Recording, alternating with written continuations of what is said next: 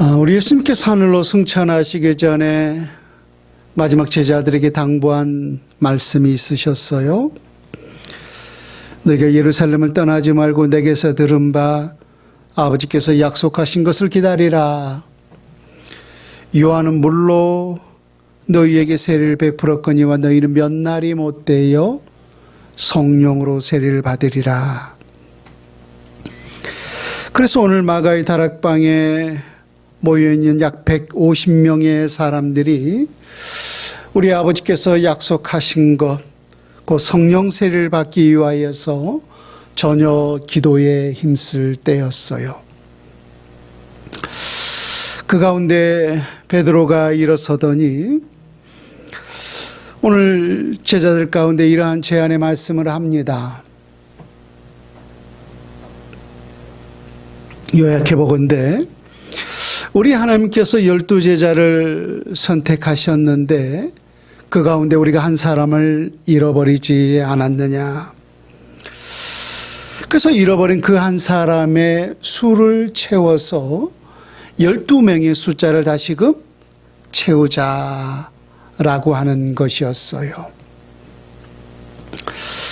사실 가룟 유다를 먼저 보내고 남아있었던 11 제자들에게 있어서 그들이 가룟 유다를 생각했을 때 마음이 무거운 짐이었을 거예요. 또 마음에 큰 상처요 또 아픔이었을 것입니다.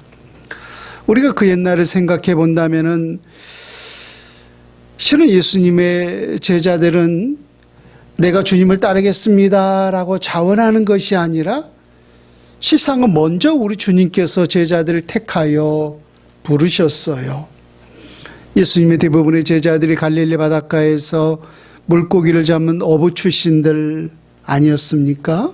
그래서 물고기를 잡고 있는 제자들을 우리 주님께서 베드로야, 안드레야, 나를 따르라 라고 하면서 한 사람 한 사람씩 부르지 않았습니까? 그때 그들은 배와 모든 그물을 버려두고 다시 말하면 그들의 모든 삶의 그 생계들을 다 내팽개치고 주님을 따랐다라고 했어요.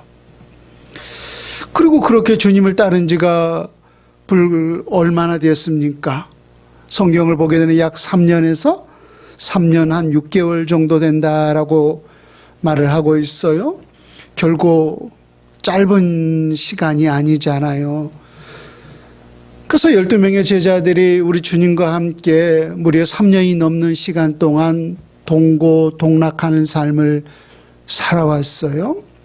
함께 먹고 함께 자고 함께 사역하는 그런 동행하는 삶을 살았단 말입니다.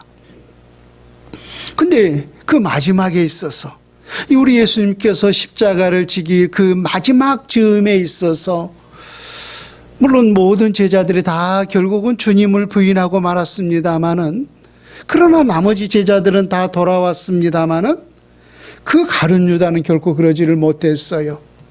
은 30에 예수님을 원수들에게 팔아 넘기고 말았고 또 그 자기의 그 행동에 어떤 죄책감 혹은 가책을 느껴서 결국은 스스로 그렇게 목매어서 자결하지 않았습니까?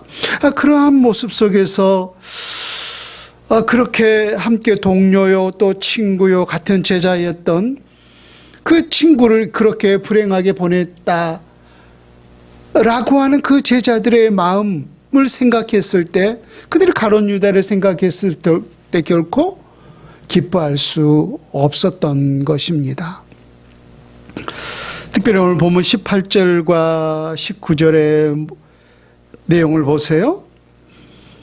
이 사람이 불의의 싹수로 밭을 사고 후에 몸이 곤두박질하여 배가 터져 창자가 다 흘러나온지라. 이 일이 어떤 일이에요? 지금 가룟 유다가 그렇게 죽게 된 이 일이 예루살렘에 사는 모든 사람에게 알려져라고 했어요. 예수님이 12제자 중에 한 사람이었던 이 가룟 유다가 마지막에 어떻게 예수님을 배반했고 또 마지막에 그가 어떻게 죽임을 당했는지 그 당시 예루살렘에 살고 있는 모든 사람들에게 이 소식이 다 알려지고 말았다라고 하는 거예요.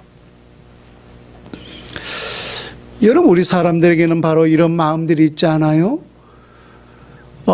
우리에게 좋은 일, 또 경사스러운 일, 축하받을 일, 그러한 일들이 있다면은 이러한 일들을 우리가 더 널리 알리기를 원하고, 또 이러한 소식들이 더 멀리 전해지기를 원하는 것이 바로 우리 인간의 마음이에요.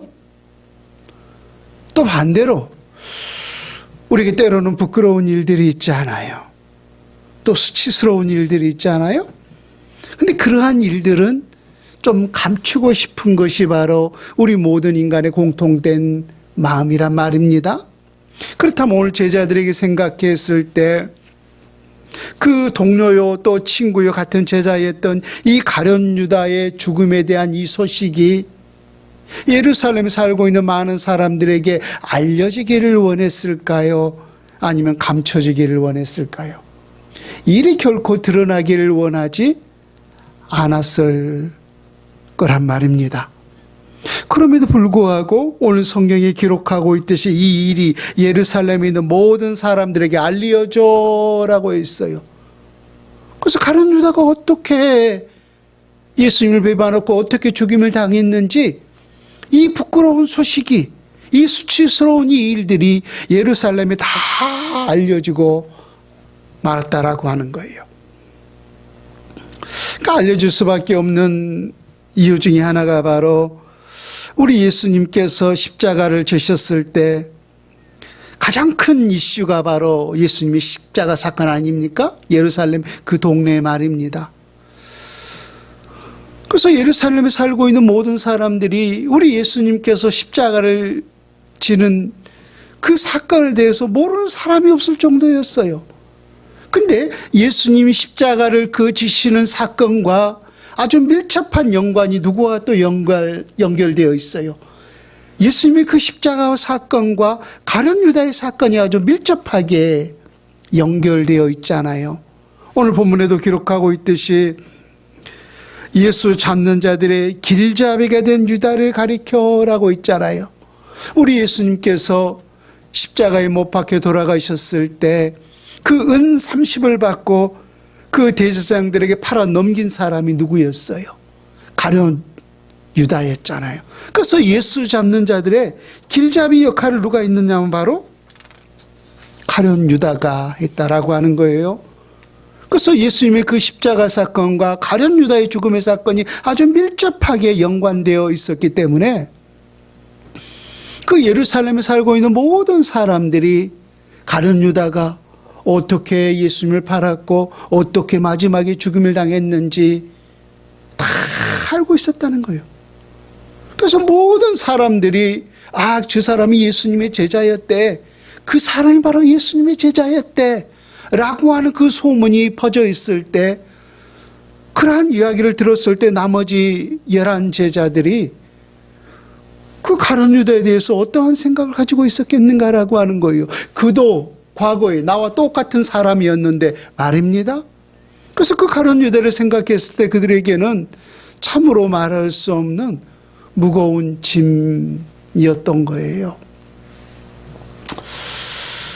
그런데 오늘 그 가룟 유다의 이러한 죽음과 배신에 대해서 사도 베드로가 그 가룟 유다의 죽음을 이제는 드러내놓고 하는 말이 이것은 하나님의 놀라운 섭리였다라고 하는 거예요. 그들은 분명히 감추고 싶고 드러내고 싶지 않은 그러한 소식이었는데 오히려 드러내놓고 베드로가 하는 말이 가룟 유다의 이 모든 죽음은 구약 성경에 예언되어 있었고 이것은 하나님의 놀라운 섭리였다라는 사실을 드러내놓고 말하고 있는 거예요. 오늘 본문 16절부터 한번 볼까요? 지금 베드로가 그들 가운데 지금 저녁 기도에 힘쓰는 가운데 일어서더니 지금 이러한 말을 하고 있는 거예요. 형제들아, 성령이 다윗의 입을 통하여 예수 잡는 자들의 길잡이게 된 유다를 가리켜 미리 말씀하신 성경이 응하였으니 마땅하도다. 성경이 응하였으니 마땅하도다. 이 사람은 본래 우리 수 가운데 참여하여 이 직무의 한 부분을 맡았던 자라. 이 사람이 불의의 싹수로 밭을 사고 후에 몸이 곤두박질하여 배가 터져 창자가 다 흘러나온지라. 이 일이 예루살렘에 사는 모든 사람에게 알리어져 그들의 말로는 그 밭을 아겔다마라 하니 이는 피밭이란 뜻이라. 시편에 기록하였으되 그의 거처를 황폐하게 하시며 거기 거하는 자가 없게 하였고 또 일렀으되 그의 직분을 타인이 취하게 하소서 하였도다. 반복하건대 분명히 모든 제자들은 그와 같은 동료의 그 마지막 죽음이 참 불행한 그러한 죽음이었기 때문에 감추고 싶은 그러한 마음들, 그러한 생각들이었었습니다마는 오늘 베드로가 기도하던 중에 일어나서 그 가룟 유다의 죽음과 그 가룟 유다의 배신을 드러내놓고 하는 말이 이것은 하나님의 예언이었고 그 예언이 성취된 사건이었다는 거예요. 그러면서 오늘 20절에 시편에 기록하였으되 그의 거처를 황폐하게 하시며 거기에 거하는 자가 없게 하소서 하였고 또 일렀으되 그의 직분을 타인이 취하게 하소서 하였도다. 시편 69편 25절과 시편 109편 8절에 이 선지자들을 통하여서 이러한 하나님의 말씀이 예언되어 있었는데 그 예언의 말씀을 누구를 통하여서 성취가 되었다는 거예요? 가룟 유다를 통하여서 성취가 되었다는 거예요. 그래서 이제 우리 모두가 할 일이 뭐라는 거예요? 그의 직분을 타인이 취하게 하소서. 우리 하나님께서 그에게 제자의 사도의 직분을 주셨는데 그 직분을 타인이 취하게 하소서. 그 말씀을 그들이 이뤄야 될 것 아닙니까? 그래서 이제 우리 모두가 분명히 우리 개인에게는 이것이 무거운 짐이고 또 수치스러운 일이지만은 그러나 우리가 하나님의 그 섭리를 생각해 본다면 이것은 하나님의 거역할 수 없는 섭리였기 때문에 이제 우리 모두가 할 일은 그 직분을 타인이 취하게 하소서 라고 되어 있기 때문에 우리가 그 가룟 유다를 대신하여서 새로운 사도를 우리가 선출하여서 우리 남아있는 그 11사도의 수에 가입하여야 하지 않겠는가 라고 하는 것이 바로 사도 베드로가 말하는 내용이었던 거예요. 그러면서 이제 이 11사도의 수에 가입할 사도를 세우는데 어떠한 사람을 세울 것인가? 우리가 교회에서도 어떠한 그 직분을 세울 때, 직분자를 세울 때 나름대로의 어떤 조건들이 있잖아요. 그래서 이 새로운 사도를 세움에 있어서 어떠한 사람을 우리가 새로운 사도에 가입하는 것이 좋겠는가? 그 조건을 말하고 있어요. 계속해서 오늘 본문 21절과 22절의 내용을 같이 봅니다. 이러함으로 요한의 세례로부터 우리 가운데서 올려져 가신 날까지 주 예수께서 우리 가운데 출입하실 때에 항상 우리와 함께 다니던 사람 중에 하나를 세워 우리와 더불어 예수께서 부활하심을 증언할 사람이 되게 하여야 하리라 거늘. 가룟 유다를 대신하여 새로운 사도를 선출함에 있어서 그 조건이 뭐냐면은 22절에 항상 우리와 함께 다니던 사람 중에 한 사람을 세우자라고 하는 거예요. 항상 우리와 함께 다니던 사람 중에 한 사람을 세워서 새로운 사도에 가입하자라고 하는 것이 바로 새로운 사도의 조건이었던 거예요.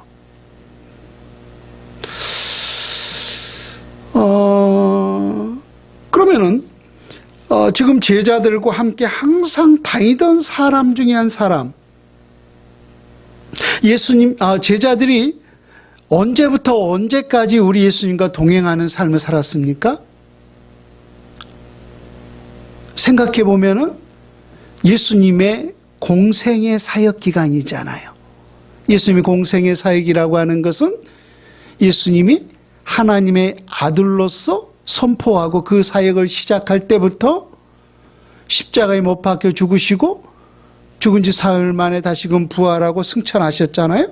그래서 그 모든 과정들을 제자들과 함께 생활해 왔던 사람 중에 한 사람을 새로운 사도로 선출하자는 거예요. 그러니까 예수님이 그 공생의 사역의 시작은 실은 세례 요한의 세례로부터 시작하지 않았습니까? 세례 요한이 광야에서 회개하라 천국이 가까이 왔느니라 라고 그렇게 회개 세례를 베풀 때 누구도 나왔어요. 우리 예수님도 그에게 나와서 세례를 받았잖아요. 그때 하늘에서 음성이 들려왔죠. 보라 이는 내 사랑하는 아들이요 내 기뻐하는 자라 라고 말입니다. 그래서 우리 예수님은 바로 세례 요한으로부터 그 세례를 받은 이후로부터 공생의 사역을 시작했고 또 그 공생의 사역을 시작하는 첫 사역이 뭐였어요? 아까도 말했듯이 너는 나를 따르라 너는 나를 따르라 라고 하면서 우리 예수님께서 제자들을 부르는 사역을 했어요. 그래서 그때부터 예수님의 제자들은 바로 그때부터 예수님 부활 승천하기까지 아까 말했듯이 함께 먹고 함께 자고 함께 사역하고 그러한 동역하는 삶을 살아왔단 말입니다. 근데 그 사람 중에 한 사람을 따로 세우자는 거예요. 그러고 보면 우리가 생각했을 때 저도 이 말씀을 보면서 이런 것이 있었네라고 깨닫는 부분이 있었는데 우리가 항상 예수님과 먹고 예수님과 자고 예수님과 함께 사역하는 그런 동고동락했던 사역자들이 저는 예수님이 12제자만 생각을 했어요. 근데 오늘 본문을 보니까 그러한 사람 중에 또 한 사람을 세우자. 그러면서 우리가 나중에 보면은 요셉과 마띠아를 청구하지 않습니까? 그러고 본다면은 예수님과 함께 동고동락했던 사람이 12제자뿐만이 아니었다는 사실을 알 수가 있어요. 그러니까 그 12제자는 따로 사도로 부르심을 받았고 예수님을 함께 동고동락하면서 따르는 또 다른 제자들이 분명히 많이 있었다라는 사실을 이 내용을 통해서도 우리가 또한 알 수가 있었던 거예요. 그래서 예수님과 오늘 새로운 사도로 선출함에 있어서 선출 조건이 뭐였어요? 예수님과 함께 또 제자들과 함께 처음부터 마지막까지 동행했던 사람 중에 한 사람을 새로운 사도로 선출자라는 이것이 바로 조건이었던 거예요. 그럼 생각해 보면은 왜 예수님의 제자들과 예수님과 더불어서 오랜 세월 동안 함께 동행했던 사람 중에 한 사람을 이 사람을 선출 조건으로 세운 이유가 뭐겠는가라고 하는 거예요. 저는 바로 이 이유 때문이 아닌가 싶습니다. 저희 교회에서도 새로운 직분자를 우리가 세운다고 한번 가정해 봅시다. 여러분들이 생각했을 때 어떠한 사람을 우리 교회에 새로운 직분자로 세웠으면 좋겠는가? 예를 들어서 온 지 얼마 안 됐지만은 참 이 사람은 덕망이 있고 또 인품이 있고 뭔가 좀 이렇게 본받을 만한 그런 사람이 있는데 그 사람은 이제 교회 나온 지 얼마 안 됐어요. 근데 이런 사람을 우리 교회의 어떤 새로운 직분자로 세우는 사람이 좋겠는가? 아니면은 오랜 세월 동안에 우리가 함께 부딪히면서 또 그렇게 경험해 봤던 그런 사람을 우리 교회의 새로운 직분자로 세우는 것이 좋겠는가? 당연히 후자가 아니겠어요? 그 이유가 뭐냐면은 우리는 오랜 세월 동안 이 사람과 부딪히면서 이 사람이 어떠한 사람인지, 이 사람이 어떤 성향, 어떤 성품의 사람인지 경험해 봐서 알기 때문이에요. 근데 새로운 사람은 우리가 보기에는 그럴싸하고 보기에는 그런 인품 있고 뭔가 풍겨지는 것들이 인자하지만은 경험해보지 않으니까 몰라요, 실상은. 우리 옛말에 그런 속담이 있잖아요. 청길 맞나요? 네? 청길 물속은 알아도 한길, 예? 하여튼 그런 속담이 있잖아요. 물속은 우리가 알아도 한길 사람 속은 모른다는 거예요. 그러니까 우리 때때로 정말로 그런 경험을 할 때가 있잖아요. 정말로 저 사람은 좋은 사람이고 착한 사람이고 그런 줄 알았는데 나중에 이렇게 뭐 TV나 어떤 매체에 보면 저 사람이 저런 사람이었어? 우리가 그럴 때가 있잖아요. 물론 그러한 경향들이 없지 않아 있지만은 그래도 우리가 오랜 세월 동안 5년, 10년 이렇게 신앙생활을 하다 보면은 그 오랜 세월 그 시간 동안에 어려움과 괴로움과 때로는 즐거움을 통하여서 이 사람이 어떤 성향의 사람인지 어떤 믿음의 사람인지 우리의 어떤 삶의 경험을 통하여서 대부분 드러나게 되어 있어요. 그런 면에서 우리가 생각해 본다면은 경험한 사람과 경험하지 않는 사람을 우리가 둘 중에 하나를 놓고 세운다면은 분명히 경험해 보았을 때 그 사람을 세우는 것이 교회에 유익하고 더 안정적이지 않겠는가라고 하는 거예요. 그래서 오늘 이들이 새로운 그 사도의 수요에 가입할 때 어떠한 사람을 조건으로 내세웠느냐 하면은 우리와 함께 오랜 세월 동안에 함께 동고동락했던 그 경험했던 사람을 새로운 사도에 가입하자라고 하는 것이 바로 하나의 조건이었던 거예요. 오늘 두 번째 가룟 유다 대신에 새로운 사도를 선출한 그 목적이 어디에 있는가라고 하는 거예요. 실은 이것이 더 중요한 부분이라고 할 수가 있는데 22절 말씀을 볼까요?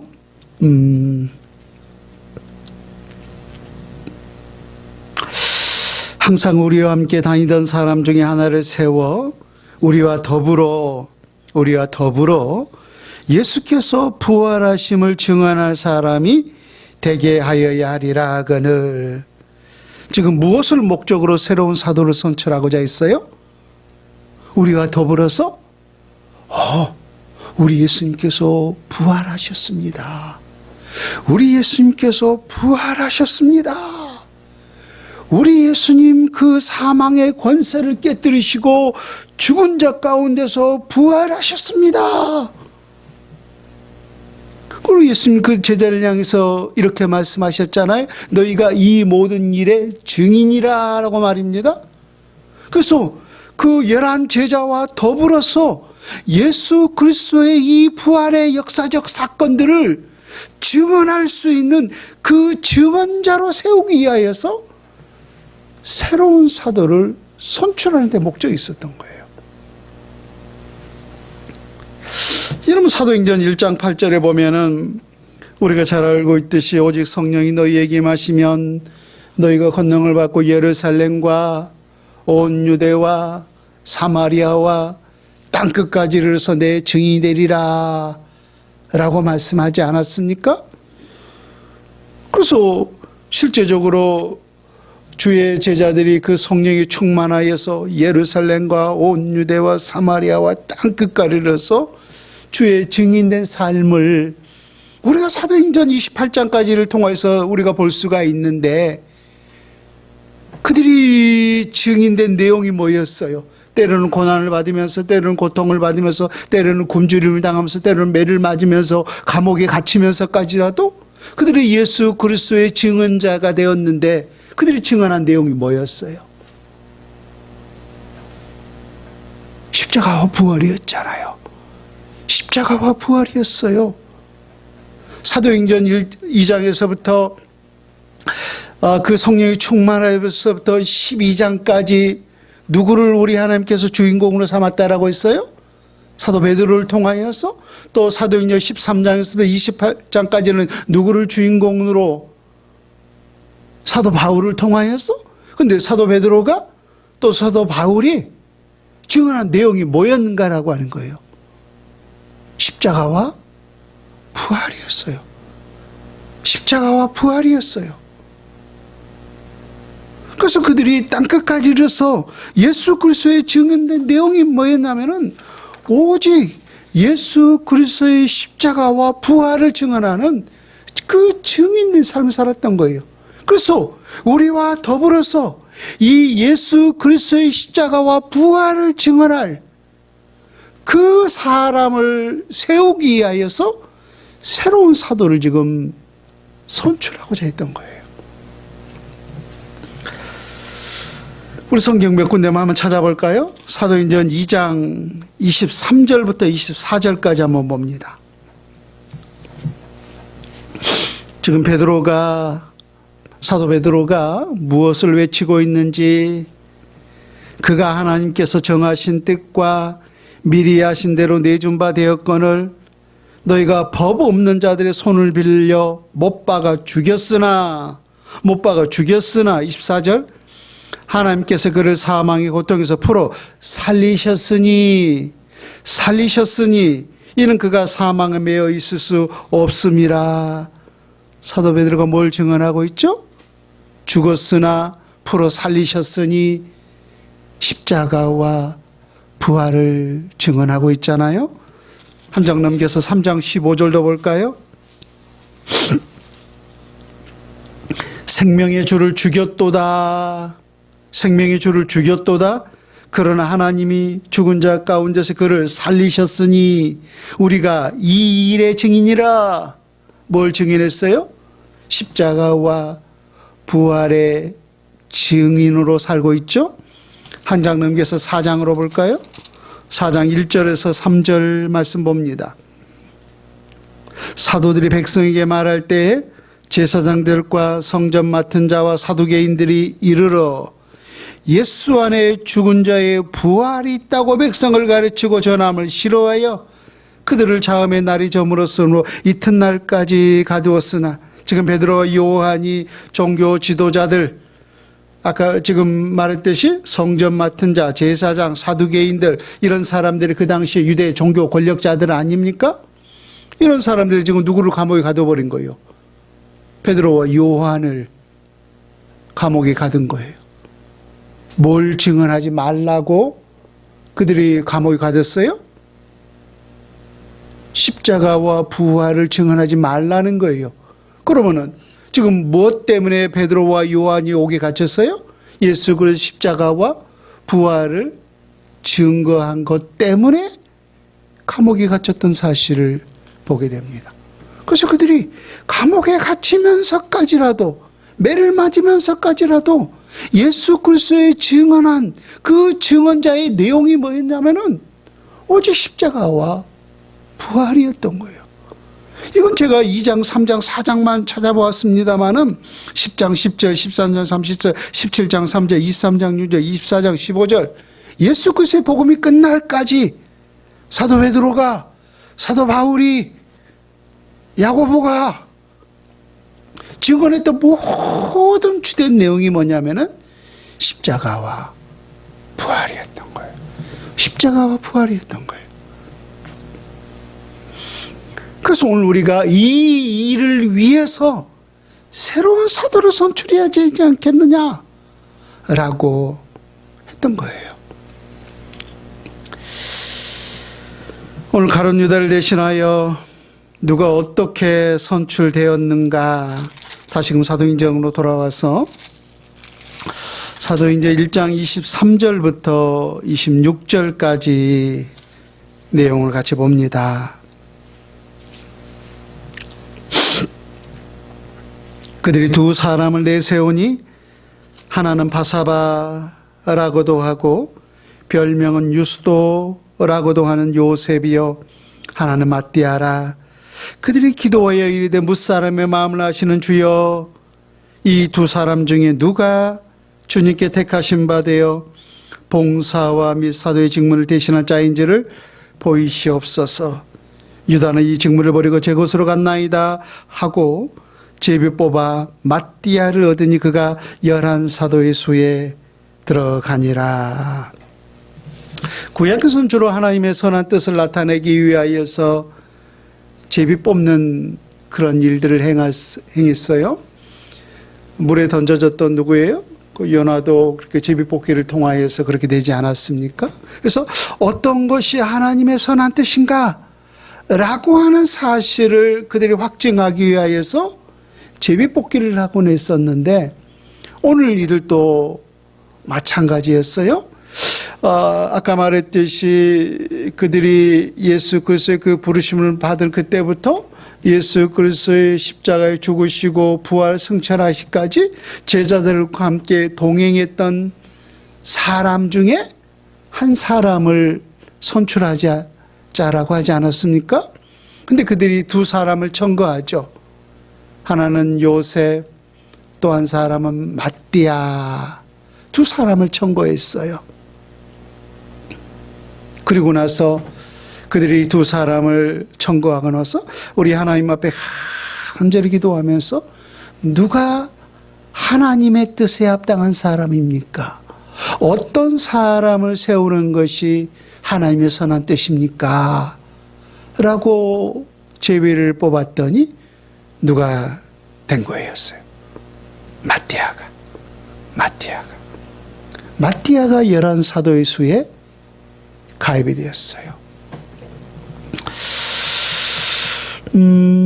참 이를 통해서 우리가 깨달아야 할 한 가지가 있는데요. 그들이 이 일을 행함에 있어서 먼저 행했던 것이 뭐냐면은 우리 하나님 앞에 먼저 간절히 기도했다라고 하는 거예요. 누가 하나님의 뜻에 합당한 사람인지 하나님이 말씀하여 주옵소서, 하나님이 택하여 주옵소서라고 그들이 간절히 기도했다는 거예요. 그러니까 우리가 이 내용을 보면은 뭐 정확하게 알 수는 없지만은 어쩌면 제자들의 마음 속에는 좀 요셉에 더 치우치지 않았는가라고 하는 그런 생각도 해보게 돼요. 왜? 뭐 요셉의 이름이 뭔지, 그의 별명이 뭔지 아주 자세하게 요셉에 대해서는 기록하고 있는데 그냥 마띠아는 그냥 마띠아 딱 이름만 나와요.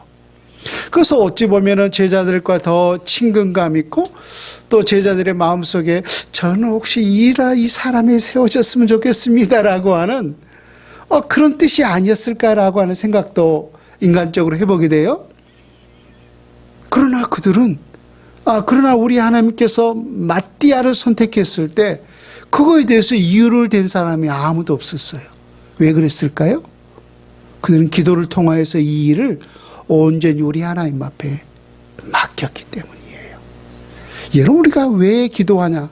기도하는 이유가 뭐냐면은 하나님이 일하여 주옵소서, 하나님이 일하시길 원하는 거예요. 그럼 뭐 우리는 아무것도 안 하면 되냐? 아니죠. 우린 더 열심히 하고 우린 더 최선을 다해야지만은 중요한 것은 내가 이렇게 수고하고 열심을 다하지만은 그 일의 결정권이 누구에게 있다라고 하는 거예요. 우리 하나님께 있다라고 하는 것이 바로 기도의 내용인 거예요. 그래서 우리가 아무리 아까도 말했듯이 하나님, 저는 이 요셉이 되었으면 좋겠습니다 라고 하는 그런 인간적인 마음이 있을 수도 있겠지만은, 그러나 우리 하나님께서 나는 그렇다 치더라도 그 결정권을 누구에게 맡겼기 때문에, 우리 하나님께 맡겼기 때문에 마띠아를 선택한다면은 우리가 그렇게 하나님의 결정을 바라는 그런 기도를 했기 때문에 그거에 대해서 순종하는 거예요. 그래서 새로운 우리가 그 당시에 사도를 선출하는 일은 이거 굉장히 중요한 부분이었잖아요. 그럼에 있어서 아무런 탈이 없었어요. 아무런 문제가 없었던 거예요. 요즘에 교회에 우리가 직분자를 세울 때 보면은 은혜보다 참 불의한 일들이 더 많아요, 요즘에는. 예. 왜 나를 세웠느냐라고 하는 사람들이 있는 반면에 왜 나를 떨어뜨리냐라고 하면서 아니, 난리가 아니에요, 정말로요. 정말로 그런 것 때문에 난리가 아닌 그런 모습들을 보게 되는데, 그들이 정말로 우리 하나님 앞에 기도했다면은 그 일을 우리 하나님 앞에 맡겼기 때문에 하나님이 선택하지 않아요. 뜻이 어디에서 이루어진 것 같이, 땅에서 이루어진 것 같이 하늘에서 이루어지다라고 했잖아요. 야곱의 그 사닥다리를 통하여서 하늘과 땅은 연결되어 있는 거예요. 연결되어 있는 거. 그래서 그들이 기도했다라고 하는 것은 이 모든 일의 결정권은 주님께 달려 있습니다 라고 그렇게 기도했기 때문에 이 일로 인하여서 어떠한 문제도 발생하지 않았다라고 하는 것입니다. 오늘 우리에게 귀한 직분을 허락하신 이유가 있다라고 있어요. 물론 봉사와 또 사도의 직무를 감당하기 위함도 있지만은 더 큰 궁극적인 목적이 뭐냐라고 하는 거예요. 오늘 사도를 선택한 이유가 뭐라고 있어요? 예수 그리스도의 십자가와 부활의 증인이 되도록 하기 위해서라고. 하나님께서 이 김덕호의 목사의 직분을 허락하신 이유도, 또 여러분 각자에게 이 소중한 직분을 허락하신 이유도, 물론 교회 속에서 이 땅에서 우리가 봉사와 또 각각의 직무도 있지만은 이것을 통해서 우리가 궁극적으로 감당해야 될 일은 예수 그리스도의 십자가와 부활의 증인인 줄로 믿습니다. 일에 증인된 그 직무를 오늘 또 우리 모두가 충성되이 감당할 수 있는 주의 일꾼 될 수 있기를 주 예수님의 이름으로 축원을 드립니다. 아멘.